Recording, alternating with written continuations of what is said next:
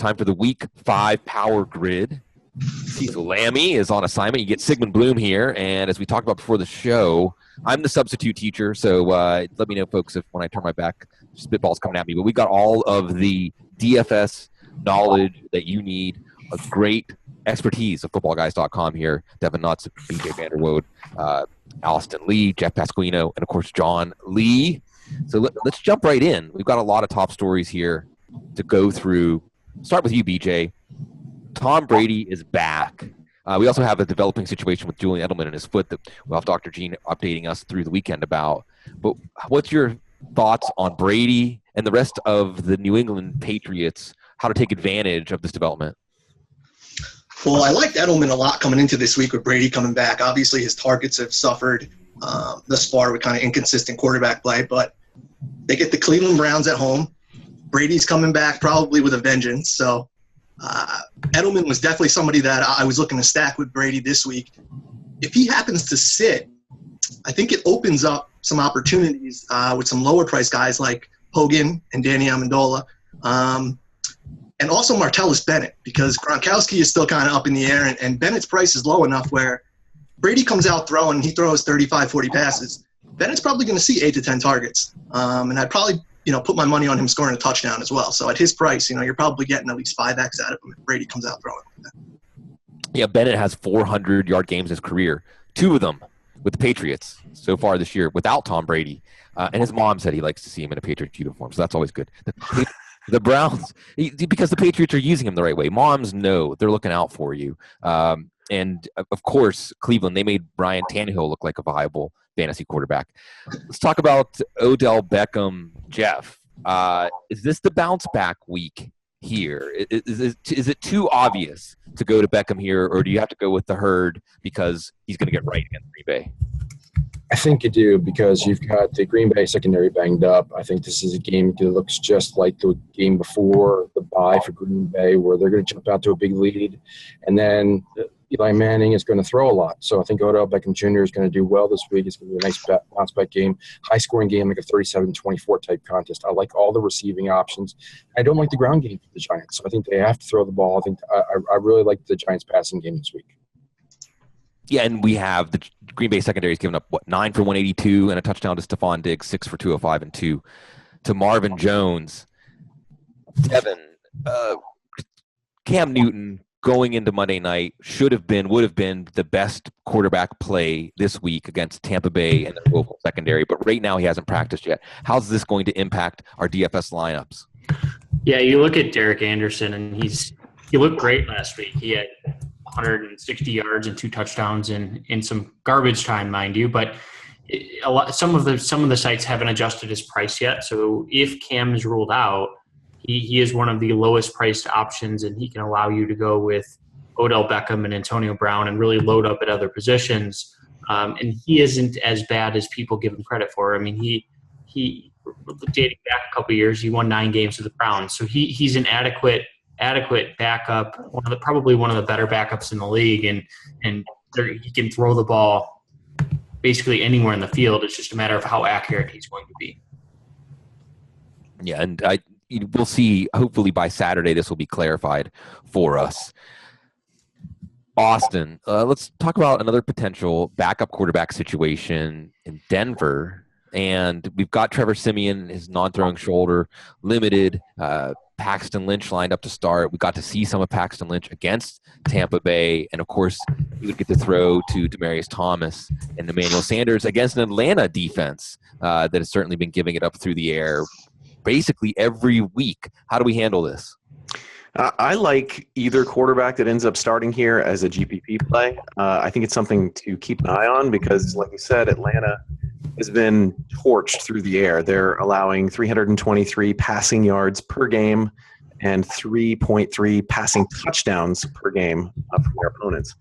So it's a situation where I think either of these guys could have a strong day. I'm not going to put them in cash lineups, but it's an injury situation to watch. I think the tricky thing to figure out maybe is how are they going to use Desmond Trufant, the Falcons, against these Denver receivers. He's been doing more shadowing this year than he has in previous seasons. So I think that I'm leaning Emmanuel Sanders a little bit here, although I don't know that he's going to shadow either of these guys in this game. I just think Sanders is the play here for me a little bit more than Demaryius Thomas. John, we had a big week last week, finally, for the Chicago pass offense with Brian Hoyer at the helm. It looks like he's going to be at the helm again, but I'm not sure who he's going to throw to. We had Eddie Royal missing 2 practices. Zach Miller got back in a limited practice today. Kevin White is out. Alshon Jeffrey isn't quite himself. What's the right answer? Because they're going into Indianapolis. This should be a good matchup to exploit. How can we exploit it? It's going to be difficult. There's just not a whole lot to like about this passing situation at the moment. We found out today that Zach Miller was limited to practice. Obviously, Kevin White is out for the season now, and Eddie Royal popped up on the injury report yesterday, and he did not practice today either.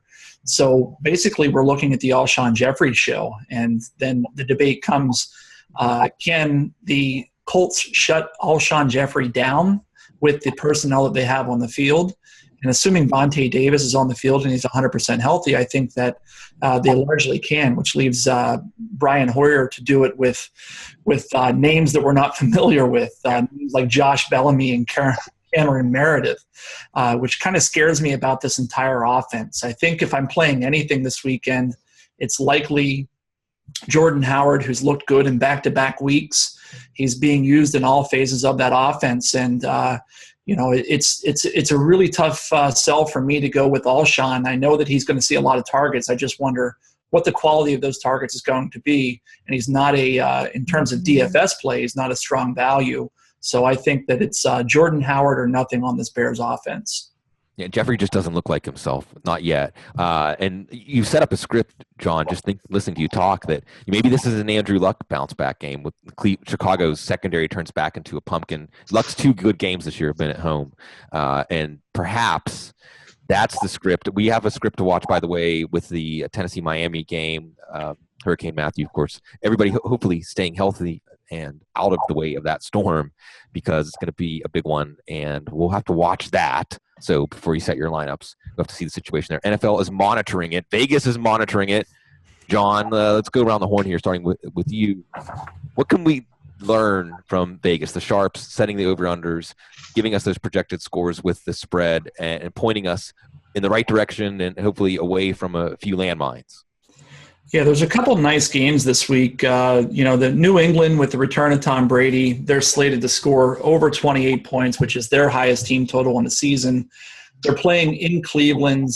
This looks like a complete blowout. And just from a game script perspective, we should not be sleeping on LeGarrette Blount this week. They're 10.5-point favorites. There's really not a whole lot of competition in that New England backfield for carries. And if New England gets out to an early lead, I know a lot of people are high on Tom Brady, including myself. The question I would have, though, is how much in the third and fourth quarter will we see Belichick asking him to drop back, and maybe he's just handing it off to LeGarrette Blount to run clock and build that record into 4-1 heading back home for the following week. No, Belichick saying sweep the leg. I don't know. We'll see. And Garrett Blount getting back to practice today, I think, with the hip injury. Austin, when you look over the data coming out of Vegas this week, what stands out to you? I'm taking a look at the Sunday night football game, Green Bay versus the Giants. Green Bay is favored by more than a touchdown in this game and has the second highest implied total of the week. But I think that the Giants will put up enough of a fight here that this could actually exceed the 48 total that Vegas has it projected at. So I like players on both sides of the ball here in the passing games. The passing defenses have been terrible on both Green Bay and the Giants. So I think we could see a passing shootout between these two teams. So these are going to be popular players to roster on both sides. Green Bay, I think, had 31 points at halftime against Detroit and just took their foot off the gas. But the Giants can hopefully force them to stay with the accelerator down as Detroit got back into that game.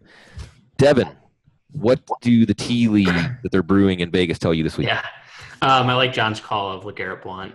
We'll get into quarterbacks in a minute, but Tom Brady Tom Brady, Drew Brees, or Peyton Manning haven't thrown 300 yards in Cleveland Browns Stadium for whatever reason. It's on the lake. There's some wind. There's some wind expected in this game. So I think that LeGarrette Blount will be a nice play. The other game I'm looking at is the Steelers versus the Jets. The Steelers are projected to score about 28 points this week. The Jets have one of the best run defenses in the league, so this sets up well for Ben Roethlisberger and Antonio Brown. Not that it's any surprise, but they're a great play every week. But I think especially this week in a game that's at home, there's no weather like there was last week where much of the game was a rainfall and Browns still scored 2 touchdowns. So I think that they may struggle to run the ball a little bit. So Le'Veon Bell and Ben together might be a sneaky stack where you stack the quarterback running back. But the 2 that I'm targeting are Roethlisberger and Antonio Brown. Always Steelers at home, always. And one of these weeks, Sammy Coates is going to turn one of these long balls into a touchdown. And this could be the week. And count on Ryan Fitzpatrick if there's some gas on the fire there, too. Maybe setting them up with some short fields.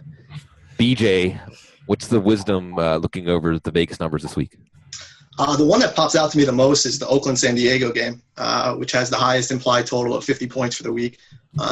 Oakland has a team total of 26.5 points, and San Diego has a team total of 23.5 points. Looking at that game, I think there's a lot of options that you can put into your DFS lineups, and I like it kind of as a game stack. Even more now with Latavius Murray slated to miss Sunday's game, brings DeAndre Washington in at a very low price point. He's been playing really well the last 3 weeks. He's had a 25-yard carry in every game for the last 3 games. He's just not seeing the volume, but with Murray out, I imagine he will this week. And Crabtree and Cooper are fantastic options. I would probably lean towards Cooper this week with Verrett out for the season. He's not going to see him for the whole game. I think this is the week where he turns it around and he starts to get some of the higher volume targets than that Crabtree's seeing, obviously with so much coverage slated towards him the past couple of weeks. A big development there. San Diego. I know statistically San Diego's pass defense didn't look great, but Verrett was still blotting out his guy, and certainly that changes the complexion of that matchup. Jeff Pasquino, you love Vegas. Vegas loves you. How can you help us love Vegas with Vegas's help this week? Well, the guys nailed the high end, so let me go to the low end a little bit. I think that the 3 defenses jump out to me from the low end of the spectrum. I think that Minnesota, Houston has the lowest implied total, so against the Minnesota Vikings, you got to use the Vikings every week, which leans towards a good stack with McKinnon. McKinnon is looking like an emerging feature running back. I like the blunt New England stack. Obviously, Cleveland's got a low implied total. And I also like, as a GPP play, I like the Ram and Todd Gurley. Todd Gurley could finally get off the schneid and have a good game. Any week could be his week, but I really like the Rams. How Buffalo can give up a lot of run yards they have in the past, a few games already this year. This could be the game that sets up well for Gurley. Yeah, and the Rams defense hot. The Rams, the first place Rams. I didn't think I'd be saying that in October or at really any point this year. Let's go to quarterbacks. Devin, you teased quarterbacks, so I'll toss you quarterbacks first. Chalk, cash, GPP, fade. What are your top highlighted notes for quarterbacks this week? Yeah, I think you start with Roethlisberger, like I had previously mentioned. Brady's probably going to be the most popular just because there's the narrative that he's coming back and he's angry against the NFL. I don't totally buy into that. I think that they'll get up early in this game and then they'll just hand the ball off to LeGarrette Blount. They'll treat it almost like a preseason game. Remember, Brady wasn't allowed in the team facilities for 4 weeks, so the timing may be a little bit off. Gronkowski's still banged up a little bit. And then Andrew Luck, as you mentioned, at home, should be able to get right this week against the Bears defense that just isn't very good. So Roethlisberger is my top cash game quarterback, and then Andrew Luck is my top GPP quarterback this week. BJ, who are the names standing out to you at quarterback this week across the various questions we have to answer in DFS every week? For cash games, I like Rodgers at the high end. Obviously, he's going against the Giants pass defense that has let up a lot of yards. He's very solid. Obviously, we saw it the other week where he could put up touchdowns in bunches. And I think for cash games, he's definitely a guy that, you pay up for, but you know what you're getting out of him in a game script like that. He's going to pass the ball 35 times. I would say, the over-under is probably at 2.5 touchdowns passing. I could see him getting to 3 very easily. But even if you get 2, I think he's going to have enough yards. He'll go over 300. That he'll be the best option for you. Aside from Roethlisberger, I think Devin made a good point there. He's the guy who stands out. But after him, I think Rodgers is probably the next best choice given the game script. John, let's go to you for one more on the quarterback tip. And by the way, watch out for that Rodgers to Rodgers stack with Jared Cook out. John, give us your best takes, chalk, cash, GPP, fades at quarterback this week.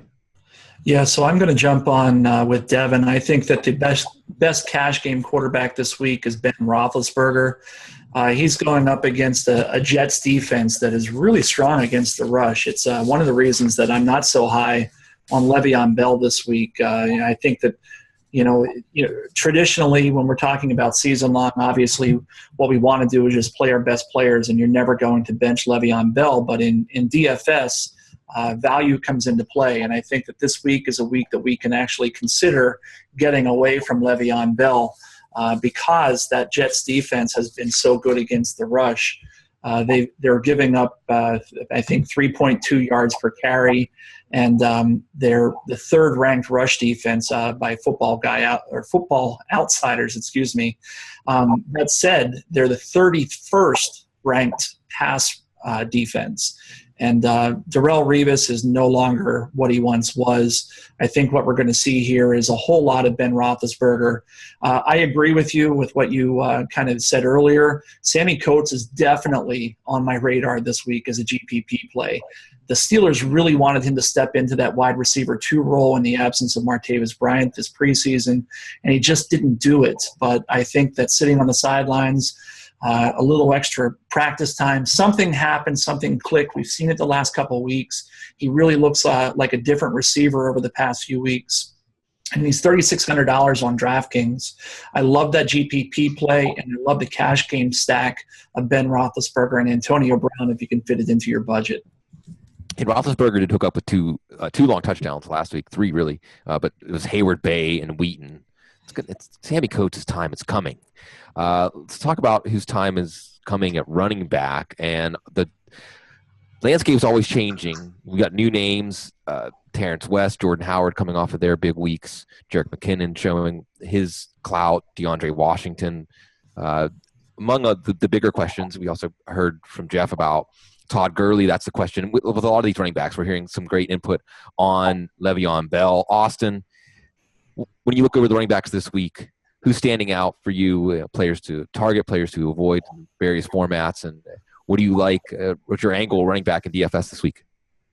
At the top of my cash game list is CJ Anderson this week going against Atlanta. Atlanta's really struggled against the run, and I'm looking for CJ Anderson to have a bounce back week this week. But then there's a lot of really interesting cheap options that are going to be a little bit variable, and we'll have to keep our ears to Dr. Jean's reports on some injuries to know whether to play them or not.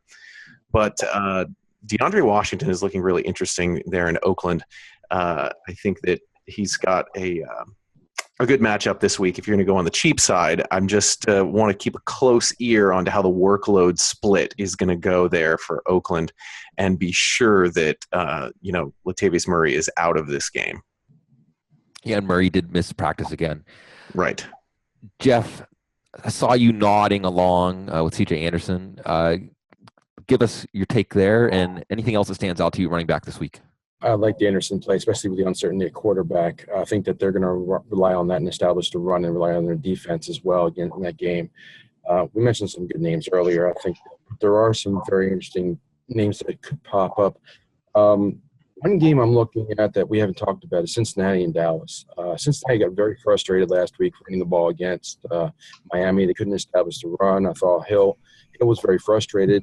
Dallas is giving up nearly 5 yards per carry to running backs plus 2 scores. I think that Cincinnati's going to establish a run this week against Dallas. So I don't think that's going to be very high owned at all. Hill's only 7,300. He's relatively cheap on FanDuel. I think that's a good low-owned play to consider this week. I think, Howard, McKinnon, most of those guys, and Le'Veon Bell are going to be near the top of everyone's list, plus any cheapos that pop up, because you're going to be looking for value in a relatively tight salary cap week. And I'll just toss out there the very interesting proposition of Devontae Freeman, who has a tough matchup, but could get 80-90% of the work with Tevin Coleman and his sickle cell trait. And Freeman has looked fantastic this year. Freeman's in a committee not for any reason because of his play dropping off or otherwise, that he isn't the running back that we saw when he looked like he was one of the best running backs in the league last year. Let's move to wide receiver. And again, we've already touched on some really good things, the Jason Verrett injury and the effect on that game. And we're going to watch some other things. We talked about the Jets matchup and how Eric Decker's injury can affect things. Jeff just brought up the Dallas-Cincinnati game. We'll be watching the Des Bryant situation. Seems to be trending towards him not playing. BJ, what do you got at wide receiver this week? What's standing out to you when you're setting your lineups? Obviously, like we mentioned earlier, Antonio Brown in a great matchup. I think he's kind of a plug-and-play option in GPPs this week. Some other names that Monday night especially, I think Kelvin Benjamin really stands out to me too. Regardless of whether Cam's at quarterback, I think even if Derek Anderson's at quarterback, he's kind of shown a penchant for locking in on Benjamin. And let up 2 touchdowns in every game they played the number 1 and number 2 receivers going against Carolina. So Carolina really has a fantastic matchup. And I think when you're looking at who you're going to play, Benjamin and Olsen are 2 really good options to even put, side by side in the lineup. They're going to see the targets, the yardage is there, and most importantly, the touchdowns are there. But another guy I like at the top of my list is Demaryius Thomas. He's kind of coming on a lot more now. I think Austin made a good point about Emmanuel Sanders. He seems to get the better targets each week. But Thomas is capable of breaking big plays, and I think we saw that, the past 2 weeks when he's targeted deep. And Lynch came in and looked capable. So I think he's another guy that I like that probably won't be highly owned and isn't really breaking the bank at all. Just a note, you brought up that idea of Derek Anderson, Carolina. When he started in Week 15 of 2014, he had 277 yards and a touchdown, but 8 for 104 for Benjamin, 10 for 110 for Olsen. So absolutely, they can both get fed. John, who also is going to get fed at wide receiver this week, who maybe starve? What do you have for us to help us guide us through our lineup setting at wide receiver this week? I'm glad you came back to me because when you asked me about the quarterbacks I like this week, one of the quarterbacks I like on a GPP perspective is Eli Manning traveling to Green Bay. Green Bay's rush defense has been tremendous this season. They're giving up less than 2 yards per carry through the 3 games that they played, and their secondary has been horrendous without Sam Shields to anchor that secondary. And so I think he's already been announced as out this week. We know that Odell Beckham has been clamoring for the ball. He says he's not happy playing football. I don't know how much we're going to buy into that narrative, but at the end of the day, we know that they're not going to not feed him the ball this week. We're going to see a whole lot of Odell Beckham, and there's not a single person in that secondary that can slow him down. So I'm really high on Odell Beckham this week. I think he finally gets into the end zone. I think that everything's going to change in terms of his perspective this week. So I'm really high on him. I've already talked about how much I like that Steelers offense, especially the passing game. I think they get ahead, and then I think we see a lot of Brandon Marshall in garbage time, and I'm okay that it's garbage time. Brandon Marshall, I think, is a special talent. I don't know that the Steelers have anybody in their secondary that can contain him, and so he should be a guy that we're going to see a whole lot of action from on Sunday afternoon. And then one other guy I like, I think I'm so strong on him. He's a GPP play, but I'm so strong on him that I think that I might actually advocate a spot for him in your cash game lineups. That's Jordan Matthews. Austin's given me the maybe not sign. But Jordan Matthews this week, he's in a prime position from the slots going up against while I look at Quandre Diggs, who is one of the worst rated cornerbacks in the league this year. When passes are thrown into his region, they're getting caught and they're going for long distances and touchdowns. And I think that we're going to see a whole lot of Carson Wentz to Jordan Matthews this weekend. And I have no problem with him in many, many different situations.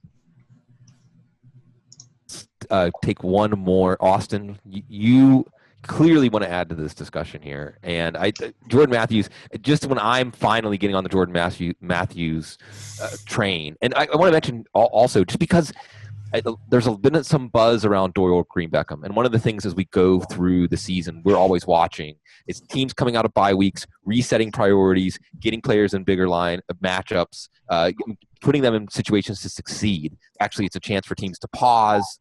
And Dorial Green Beckham's name seems to be coming up a lot. So, a Hail Mary type throw there. It's against Detroit. Hail Marys tend to work against Detroit. What else is going to work at wide receiver this week, Austin?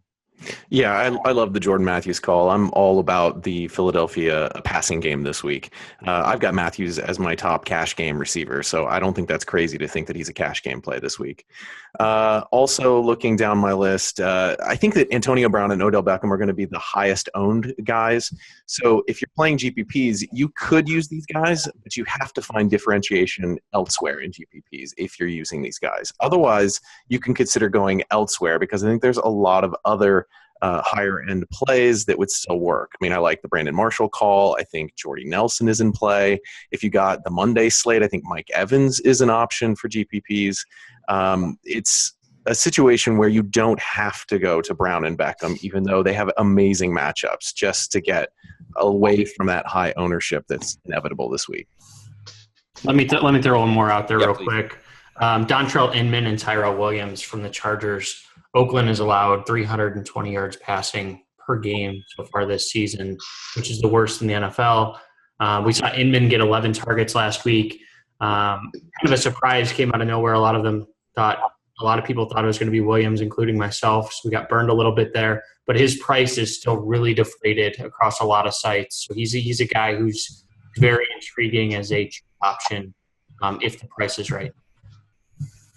Yeah, a few other ones I know we've talked a lot about Odell Beckham. Victor Cruz and Sterling Shepard are both interesting just because of how vulnerable Green Bay has been against the potential high-scoring game there. I think I saw something floating around today, too, about the wide receiver lining up on the right side has done really well against Green Bay. I think that will be Victor Cruz. I feel like I've got to point out Baltimore here, too, just because it's Washington. And, I mean, hopefully Steve Smith and Josh Norman get matched up against each other so we see what he says, like his little brother. These guys are cut from the same cloth. But then that makes maybe Mike Wallace the guy. But Washington has been pretty vulnerable there. Let's move on to tight end. And we have some options back. We have an option back this week. Zach Ertz, maybe Antonio Gates back. And you've already mentioned the development there with Richard Rodgers. Eric Ebron, unlikely to play. Tyler Eifert, we thought we were going to get back, maybe ending the red zone woes for Cincinnati. That's not happening. Jeff, what is happening at tight end on your tip sheet this week? Detroit is not defending tight ends. So we know that pretty much so. Zach Ertz, and I love the Philadelphia stack this week. I even like the super stack with Wentz, Matthews, and Ertz. I think that's a great foundation for a GPP this week. They're pretty cheap on FanDuel. You can get them for $12.6. I like to use 14,000 or under. My criteria for a super stack, because it usually pays off at that point if they can both find the end zone. Both those guys are options. I think for Philadelphia, Detroit game could turn into a shootout, but it really is up to Detroit if they can keep pace. Philly's defense is pretty good. But tight end, I think Greg Olsen, if you're including the Monday night slate, I think he's going to get his no matter who the quarterback is. So he's definitely in play. He's more expensive, so that's one way to differentiate some of your lineups. Could be harder to fit in this week, like I said, with the lineup. But Dennis Pitt is always in play, like you said, with the Baltimore-Washington game. That's going to be a very interesting game. I think that's, again, we didn't talk much about yet, but that game has got a relatively high total, like a high 40s. It's a close score. Could be a little bit rainy. I think that both teams are going to try. I think Baltimore's going to try and run because Washington can't stop it. But I think that Baltimore secondary hasn't looked good, so Washington could be a sneaky way to attack them with a pass. But so Jordan Reed, we saw two tight end touchdowns last week. That could easily happen again. So let's wrap it up on my end for Jordan Reed. Yeah, absolutely. Jordan Reed he's just starting to wake up, and we saw it was Michael Crabtree getting those short range jump ball type touchdowns. That seems like this week against Baltimore, that might be Jordan Reed's role. Devin, give me some other tight end takes for this week that will help you nail that spot in your lineup.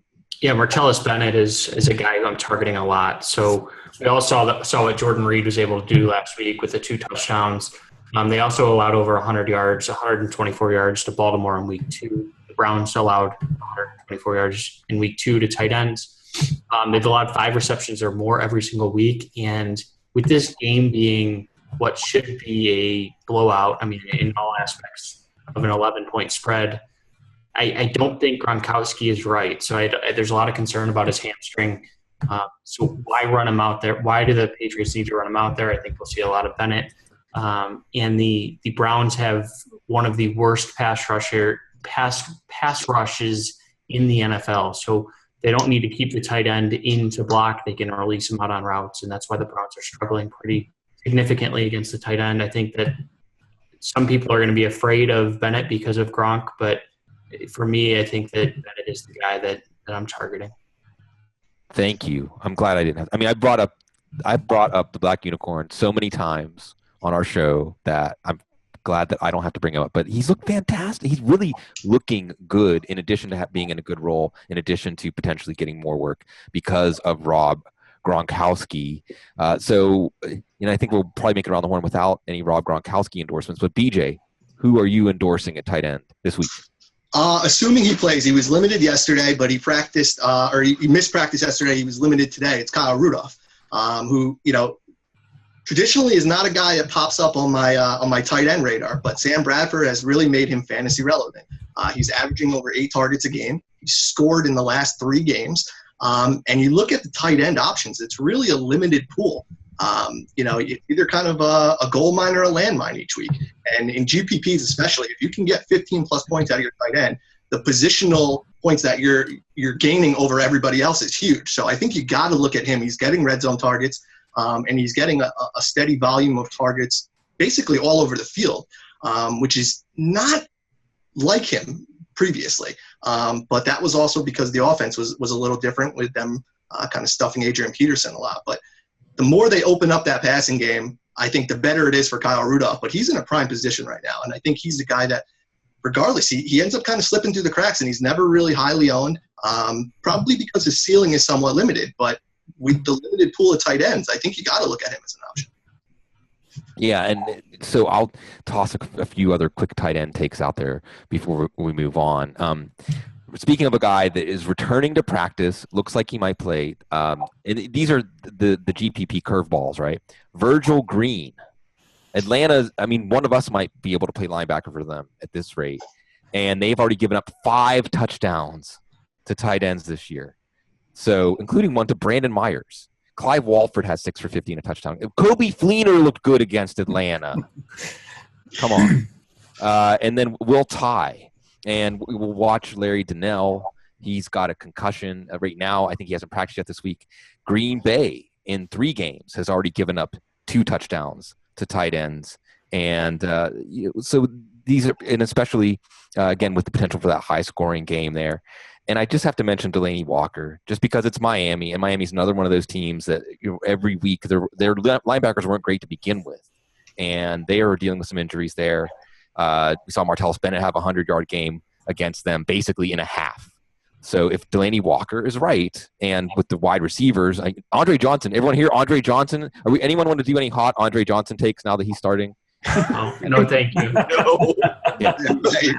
So Delaney Walker, maybe this is Delaney Walker against the Miami pass defense that has not been good. So a myriad of options here. Well, I'll give you one more tight end. Cameron Brate for Tampa Bay. I think that's a good option. Again, Carolina's giving up 4 touchdowns. And Jameis Winston, as your co-host or the person you're filling in for, loves to point out, loves to throw the tight end. They did it a ton in college. So Cameron Brate's a good option if you're including him Monday night. Yeah, and I think he's had 8 targets and 10 targets in the 2 games without Austin Sperry-Jenkins. And, the Carolina they forgot Austin Hooper was a eligible receiver on one of those plays. I don't know. And then another one with Vance McDonald in week 2. So it only takes 1 play. I don't know if Cameron Brate can run like Vance McDonald. But let's get to the least sexy, but, I think that anybody who's made a big win in a GPP will look back at their defense and kicker plays. And, because I was instructed this is not compulsory. It's not a compulsory part of the class. That you get to talk about kickers or defenses if you want to talk about kickers and defenses. I cover kickers in the preseason for Football Guys. I will not let kickers be the red-headed stepchild. So, Austin, I saw you wanting to jump in there. What do you have? I think it's important to note that it looks like Dan Bailey may or may not play this week, so be paying attention if you're thinking about starting the Dallas kicker. I really like Mason Crosby this week. He's min price on FanDuel at 4,500 in a game where Green Bay has a really high implied team total. So he's my top kicker of the week. Jeff, I know you've got some choice. Hey, again, when it happens for you, you'll look back at the kicker and defense picks, and you'll want to get it, in them bronzed. What are some picks, kickers, defenses? What do you got for us this week that we might bronze? I like Adam Vinatieri at home against the Bears. I think that game script looks up well. And I'm going to steal one from Devin because I know he wants to talk about Matt Bryant. But Matt Bryant, anytime you have a kicker on the road in Denver, yard field goal is in play. And that's nearly a touchdown. So I love Matt Bryant this week. I'll take the opposite side of that game then. I'll take Brandon McManus. Good call, too. Atlanta, that game is projected. I mean, whenever they're within 60 yards, they're likely going to try a field goal in Denver. So I think that you could see a lot of field goals. The other guy I like quite a bit is Josh Lambo. I think that Melvin Gordon's touchdown rate is unsustainable to a point where he hasn't been that good if you take away his touchdowns. So I think that Lambeau is going to – Oakland has a history of allowing quite a bit of field goals allowed, and they finally took the dirt off that field, or it should be off now that baseball is over. So it does help for kickers. Oakland's a tough place to kick when you're kicking on the dirt, and we saw Janikowski miss a couple earlier this year. Now that should be gone, it should be an easier place to kick a field goal. Jeff, no love for Caleb Sturgis in Detroit. Indoors, has had at least 2 field goal attempts and 2 extra point attempts every single game. That's not a bad call at all, but you can only stack 4 Eagles in your life. Getting into laws, we don't want to break any laws. So sorry, Caleb Sturgis, but yeah. And Jeff gave us some good defense nuggets out of there. Anyone want to chime in on defense? I think you have to consider Minnesota. They're just, to me right now, they are the best defense in the NFL, going against a Houston team that really hasn't shown much offensively. They're my top defense on the board this week. I think that Houston may struggle a little bit to move the ball. And then if the Miami-Tennessee game is actually played at home, that weather should be pretty brutal. So you have to consider that both sides of the defenses there. Mariota's turned the ball over quite a bit. I'll throw out a GPP defense, which is the Colts. If the Bears receivers are all not there, who's going to do anything? So that's a possibility that the Colts could do well this week.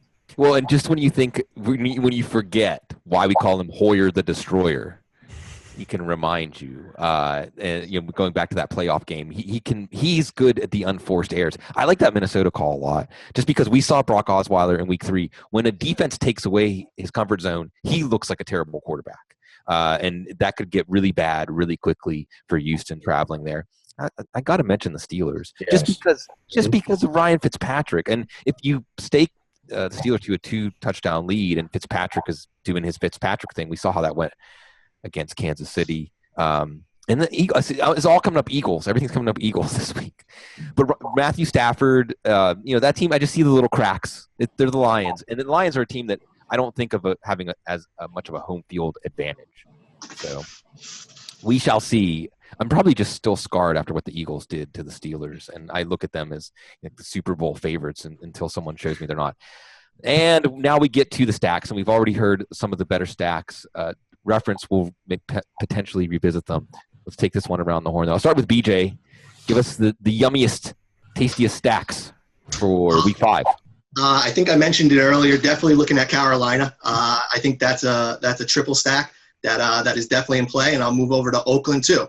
I think with Verrett out, Crabtree has a 6-inch advantage over the cornerback that's probably going to be covering. We'll see how they shake around, but I think that's a high volume play that you put Carr, Crabtree, and Cooper together.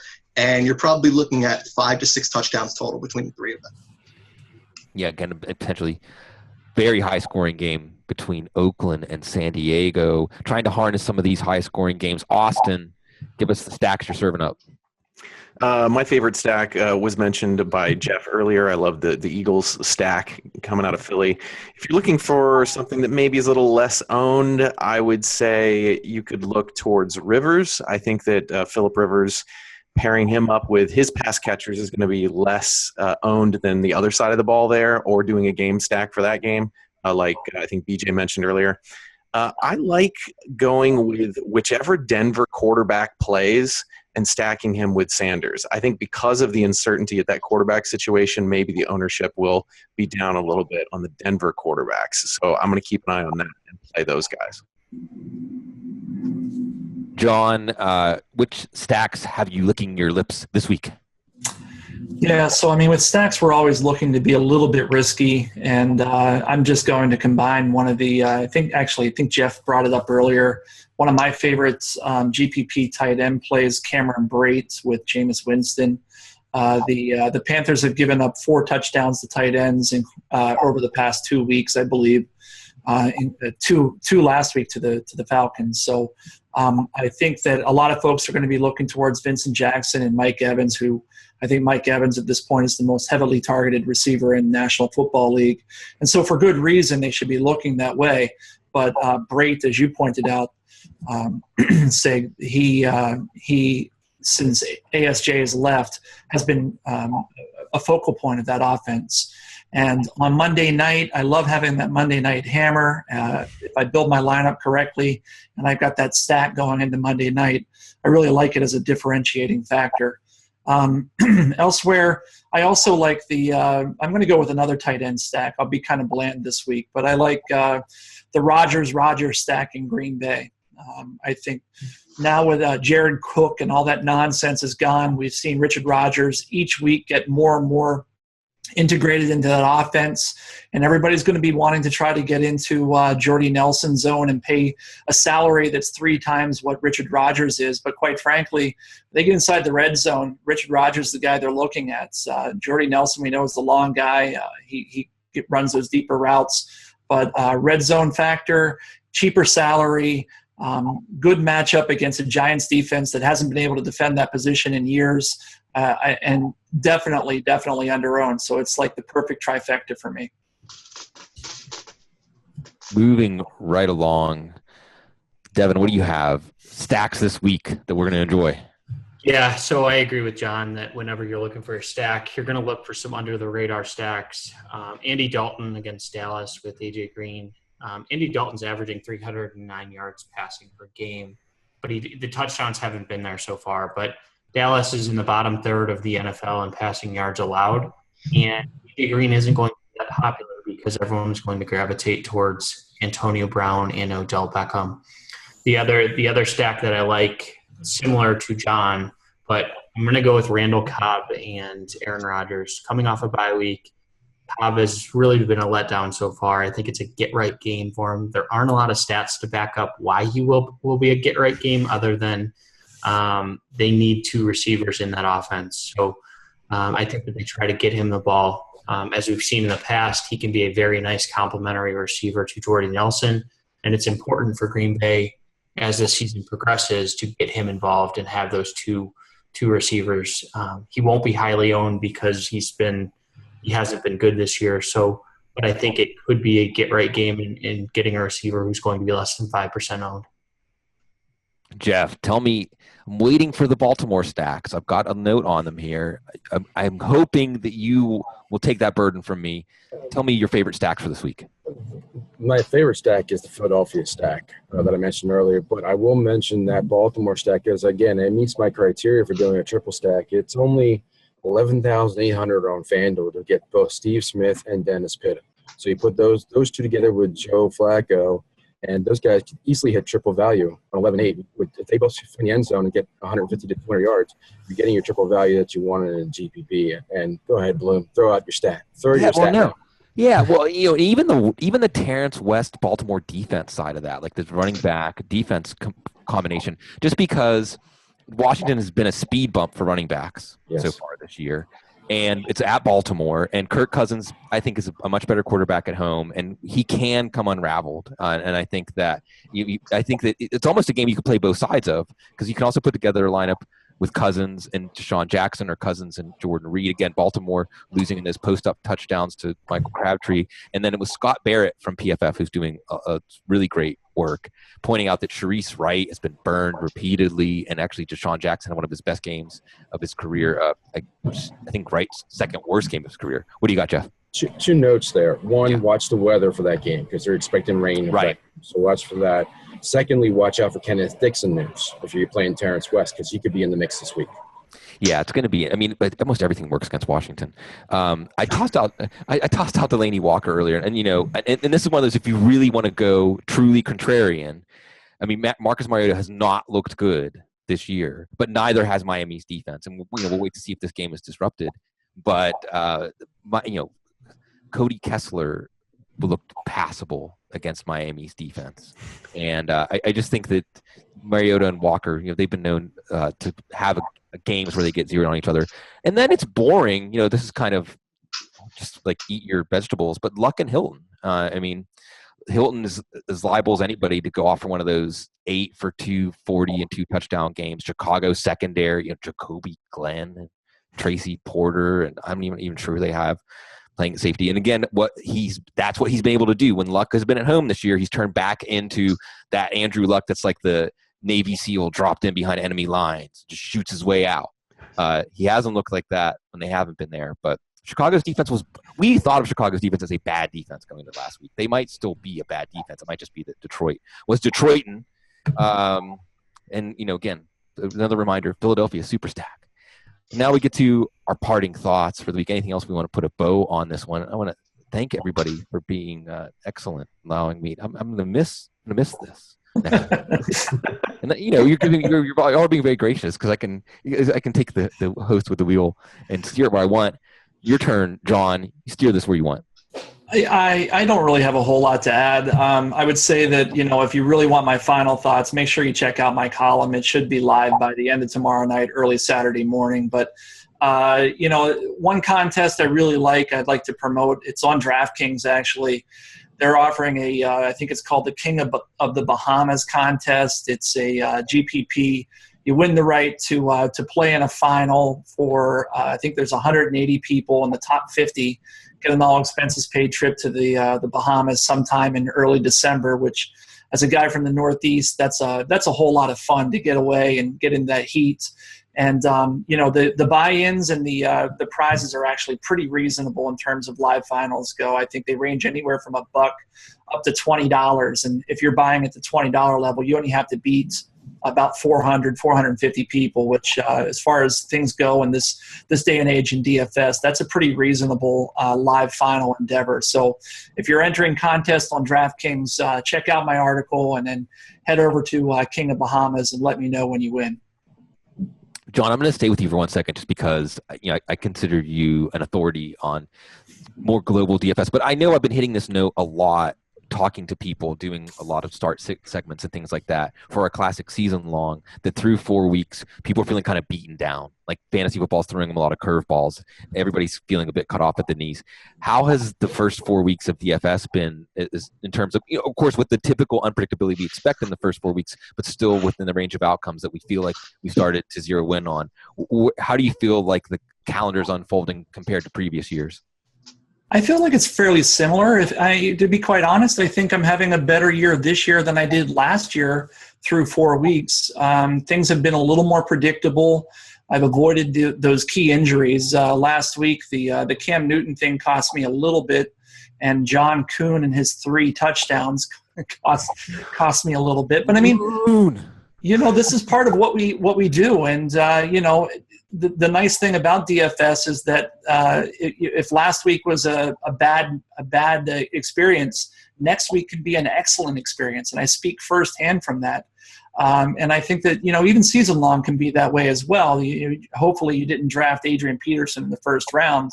You might not be singing the same tune, but overall, it's a really nice place to be. Straddling both of these industries and just living the dream is what we're doing right now. No, totally. And, sometimes it's during certain games it can turn to a nightmare. But I think you hit an important note across both formats that perseverance is rewarded. And at least in season long, in DFS, you can use what you learned the last week the following week. You can't always find ways to do that in season long. BJ, you've been nodding along. Give us some of your parting thoughts for week 5. I think John made a good point. I mean, you have to have kind of a short memory, 1 week might be difficult. I think the first couple of weeks have been, whereas John has avoided those key injuries, I've kind of gotten killed by some of them, especially, Woodhead in week 2 hurt me up pretty good. Last week, I loved Simeon at a low price. I thought the triple stack with him, Thomas, and Sanders would work out well. Part of that worked out well, and part of it did not. We'll move on to the next week. But I think this week for GPPs, you got to look at the really low-priced running backs. I know you mentioned it. There's a couple names out there that, aren't necessarily high on everyone's radar. Depending on what happens with Ryan Matthews, Wendell Smallwood looked really good last week in a good matchup where, they have a pretty high team total. I think he's a guy to look at. Matt Forte is banged up a little bit. Bilal Powell is at 6 receptions in the last 2 games. He's starting to come on. That's a good low-priced option. Jerick McKinnon. And definitely DeAndre Washington. I think he's a guy to watch out for this week. He hasn't been very active in the passing game, which is surprising to me. But if he gets involved in the passing game, he gets the volume in the rushes, gets maybe 10, 12 rushes and 5, 6 catches. I think he turns that into a touchdown and really returns a great salary multiple. Yeah, and again, on the lower priced running backs, I got to mention Terrance West again, just because Washington's given up 7 touchdowns to running backs already this year in 4 games. And there's been a running back that's had at least 87 total yards in every game. So they are giving. And last week, the Cleveland running backs had over 200 total yards against them. Just Washington, that could be one of those high scoring games. Devin, some parting thoughts, some wisdom as we go get ready to go off into the sunset here for week 5. Yeah, don't fall too in love with the Brady narrative this week. Make sure you're still looking at stats and making sure that you just don't fall in love with a revenge factor. He's not going to be trying any harder than he would in a normal week. And then as Cecil Lammey would say, stay frosty, everybody. Always stay frosty. Martellus Bennett, do fall into the Martellus Bennett narrative. And Austin, I know that Martellus Bennett, I think he was asked whether Goodell's suspension put Tom Brady a chip on his shoulder, and he said, no, he's more of Goodell's a Pringles guy. I don't consider that a chip. Give us a chip on our shoulder as we go into week 5.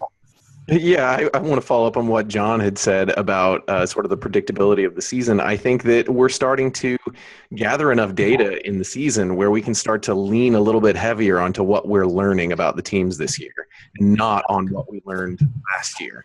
And so that gives me more confidence to invest more of my bankroll into tournaments and cash games going forward.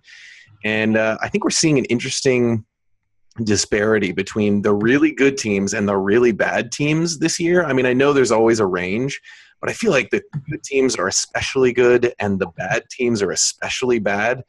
And there's opportunities there to take advantage of that when those guys sort of match up in a nice way. So I think that we're going to see a lot more big game blowouts and just like crap fests with some of these bad teams matched up against each other. And it's going to create some extremes that maybe even more than we've seen in previous seasons. Yeah, crap fest maybe like Arizona with Drew Stanton against San Francisco tonight. I don't know. We'll see. Watch that game is going to be one of the biggest games of the week. But have to, and it's true. I do want to say you're right. Like at that, and Matt Waldman often talks about how the NFL moves in these 4-week periods, and now I think teams have enough data that they can self-examine, that they can really understand more of their opponent's tendencies. There's only been a few real curveballs. I mean, Buffalo was a curveball so far, just because for the first 2 weeks they were one of the worst teams in the league. The defensive line coach gives some speech, and for the last 2 weeks they've been outstanding. So I'm not quite sure who the real Buffalo team is. I do think we're starting to zero in on who the real team is in most of these cases, and if not, we at least know what the 1 or 2 most important questions are. We're always zeroed in on the real Jeff Pasquino. Jeff, you're going to get to send us off here. Your parting thoughts for week 5. Three quick things. First off, Austin was very on point there, and he was also very modest. He just released out very good data this week with his normalized strength of schedule. It builds on those 4 weeks of data. That's one of the greatest tools that's out there for picking out your players and who to match up with. As BJ hit on, the injury bug hits us all. But point number 2 is focus on your process, not the results. Because Cam Newton was the right play last week. We saw how good both combined quarterbacks were.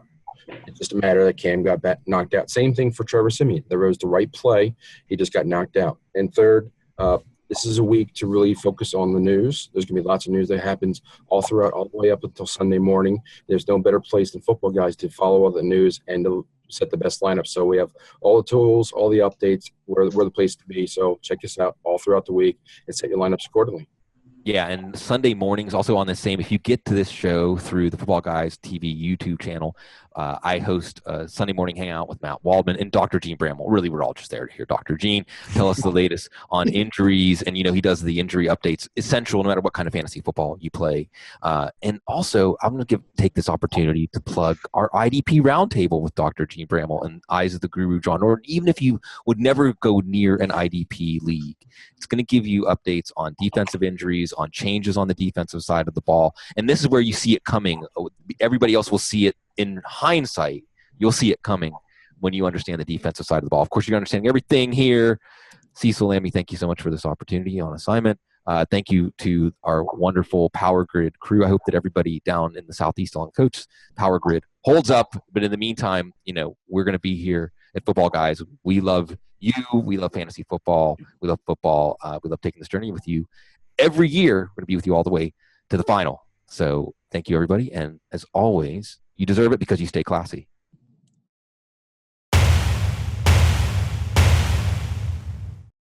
Okay. And then I just hear this weird sound like a leviathan, like some sort of monster that's going to jump up to the floor and eat us. Anybody else hear that?